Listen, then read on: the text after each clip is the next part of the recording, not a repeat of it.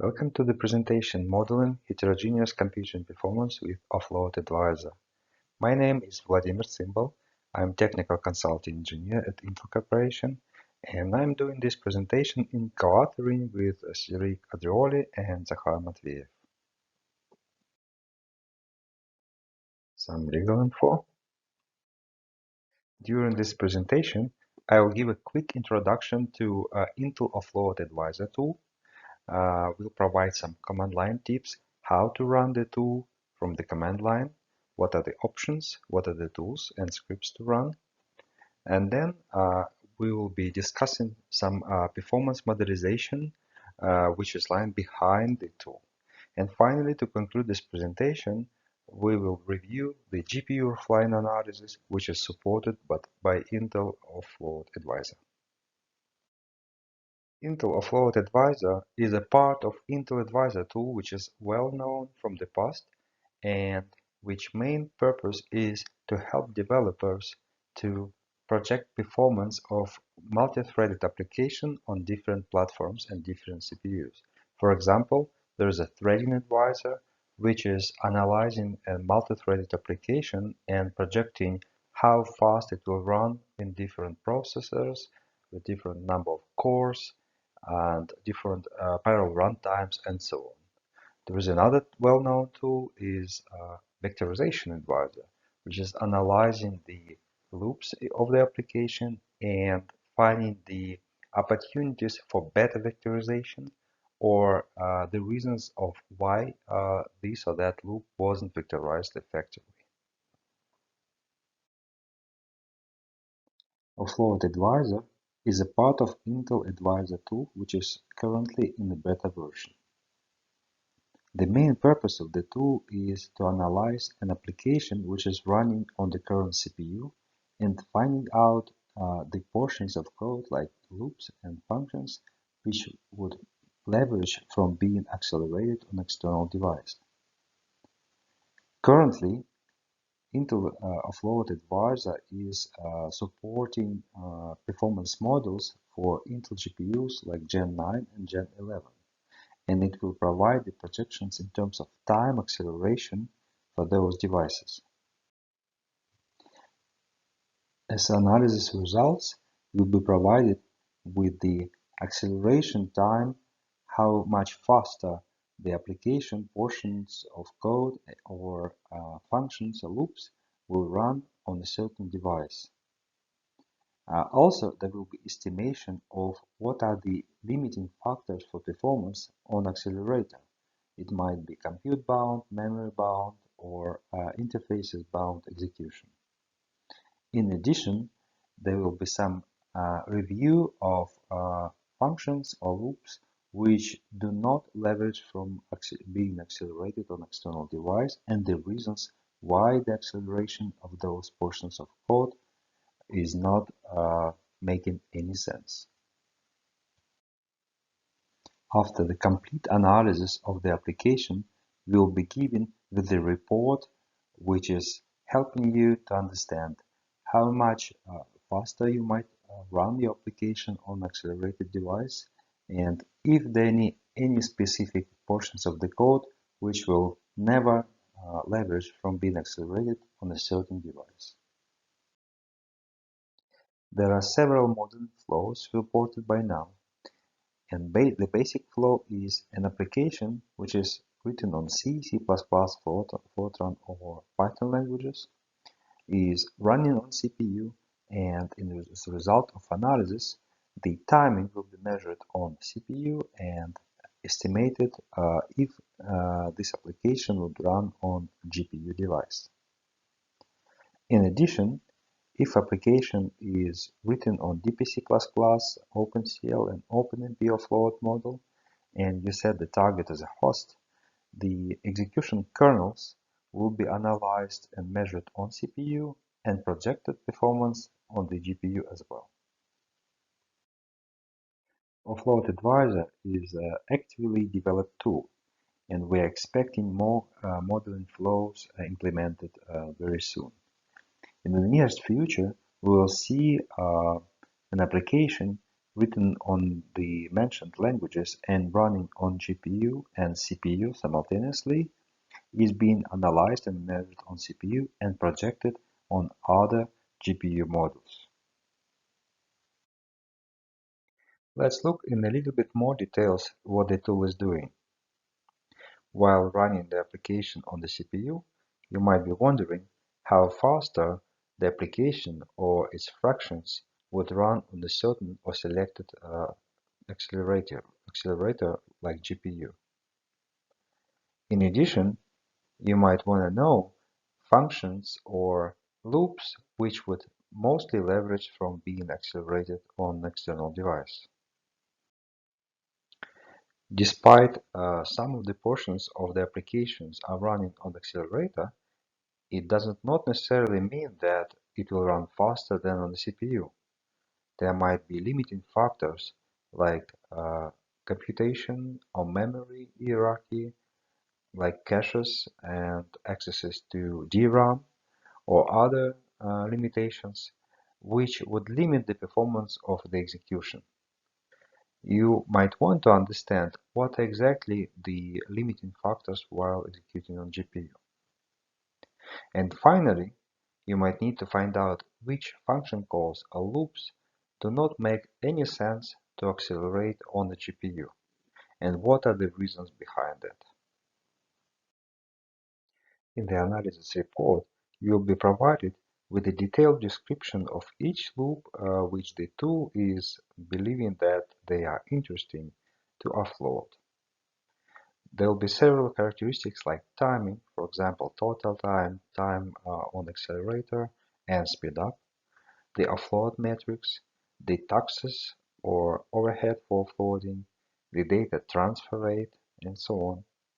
There will be some memory traffic measured as well, the traffic between CPU and accelerator to DRAM, level 1 to 3 caches, the trip counts of the loops. Because the tool is analyzing an application within a source code, they will be highlighted which part of the source code should run on the accelerator and which would leverage from being offloaded to external device. Of course, there will be several loops of functions which take significant amount of time, but the tool would not recommend them for being accelerated on external device. There are some reasons behind that, and the tool is intended to provide you with those reasons. For example, there might be dependency issues between the data inside the loop. There could be that accelerating on certain loops are not profitable, just for the reason that the overhead for offloading this execution takes more time than the acceleration profit. And one of other reasons could be the loops might be too small for being executed on accelerating device. As a result of analysis, the tool is providing the program tree. It just offers another view of proportion of the code that can be offloaded to the accelerating device. However, in addition to this view, one might analyze the algorithm and the structure of function calls to find out if there are any opportunities to offload on the upper levels of the execution or the algorithm. Now, let's review some tips on running the tool from the command line. What you need to do before you start analysis with Offload Advisor.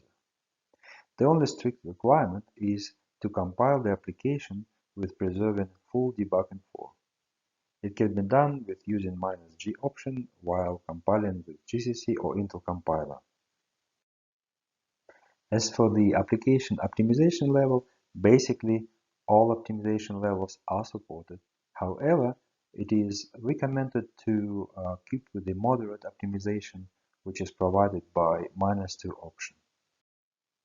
In addition, if you are using Intel compiler, it is recommended to prohibit inter-procedure optimization, which can be done with using -no -IPO option. Before starting running the Offload Advisor, you need to set up the advisor environment variables. In order to do that, you source the scripts which are located in the OneAPI toolsuite or standalone advisor installation directory.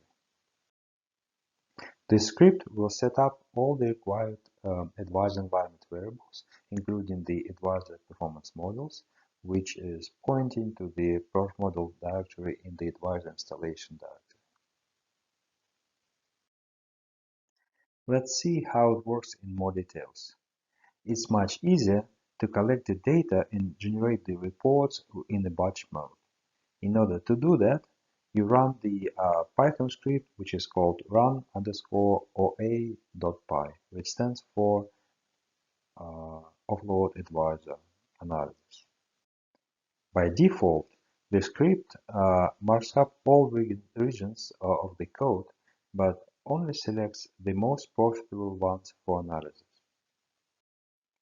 To generate the final report, which is report.html, it uses the following command. It's a Python script analyze.py and the options which consist on configuration for the selected accelerating device and application and its options. All those scripts can be found in the perf models subdirectory of Offload Advisor. The run_oa.py script is a complex script which is calling some other scripts. So the application, which is being compiled with the certain optimization level and preserved debugging form, is running under advisor profiling tool, and the survey analysis is being done, and then it's applied the markup policies for certain regions of the code. Eventually, it comes to the advisor profiling tool, which is doing dynamic instrumentation, floating point operation calculations, loop trip counts, simulating the traffic, and analyzing how much data is being transferred. And finally, is doing the analysis of binaries of the application. Once the data collection is completed, it's being passed to the Intel GPU performance models, and it's running the analyze.py script, which is performing the performance projections on the executable. As an output, you will get the final report, which is presented in the HTML form. The report.html file is the main report to be analyzed. However, the output can be exported in the comma-separated format for spreadsheet analysis. In addition to that, there can be program_treat dot file generated, which is a graphical representation of the code tree. This graphical representation can be exported to the PDF file if a certain utility is installed on the system. There will be, of course, some additional files like JSON and log files that are accompanying the result directory, but they are mainly used for debugging purposes and reporting the bugs or issues. And of course, they have to be preserved for probably future use. Data dependency checking is an optional process, and since it's quite complex procedure, it might take quite significant time, creating a huge overhead for analysis.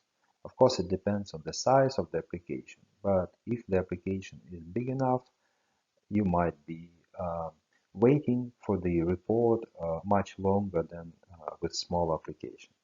So optionally, you can switch off the dependency analysis by using the -C basic option for collection, and additionally the assume parallel for the analysis. Just to remind, the dependency checking is needed to analyze what are the reasons that some loops or functions might not making any sense to offload to the external device. Let's discuss a little bit the performance modelization principles. There are three analytical modeling pillars which are taken into account while analyzing and modeling the performance. This is the compute throughput model, the memory subsystem model, and the modeling of offloading data transfer. Consider the two artificial regions of execution like X and Y being analyzed while running on CPU. So once it's being executed on accelerator, we need to estimate the timing while assuming it's bound exclusively to compute resources. And then as a result, we get some timing while it's compute bound. Then while executing on the same accelerator, we estimate the timing assuming it's bound exclusively by memory subsystem, caches or memory access. And finally, we need to estimate the tax or overhead for transferring the data to the accelerator or invoking the execution kernels. So for the whole region, we have to calculate the sum of those timing. The maximum timing is either compute bound or memory subsystem bound, plus the timing for data transfer and the timing for invoking the kernel. And finally, we need to estimate the timing for running on the target platform comparing to CPU. And then we can make a decision if it's profitable or not. For example, for region X, if the timing on running on the GPU is smaller than the time running on CPU, it makes sense to accelerate this region. While on region Y, there is too big overhead and it is not recommended to offload this portion of code to accelerator. So let's get back to the advisor tool, which is calculating the whole statistics for each loop being executed during the analysis, and then calculating the objective function and minimizing it for all the summary of timing for each loop, the time for data transfer, the invocation overhead, and considering the time for execution these loops on the CPU. So the tool is trying to find the minimum possible timing by varying the options for offloading or non-offloading, the number of threads for each component, and so on, and being under constraints of dependencies inside the algorithms, the trip count for the loops, and granularity. And eventually it will come up with the recommendation for each loop, whether it makes sense or is there any profit for offloading certain loops to the accelerating device. Let's review the GPU Roofline analysis, which is yet another feature of Intel Advisor. The Intel Advisor users might remember the CPU Roofline model, which is analysis effectively mapping the execution of algorithms on the level of loops and function calls to the graph of limiting factors or ceilings or roofs, which are representing the memory access and compute bounds.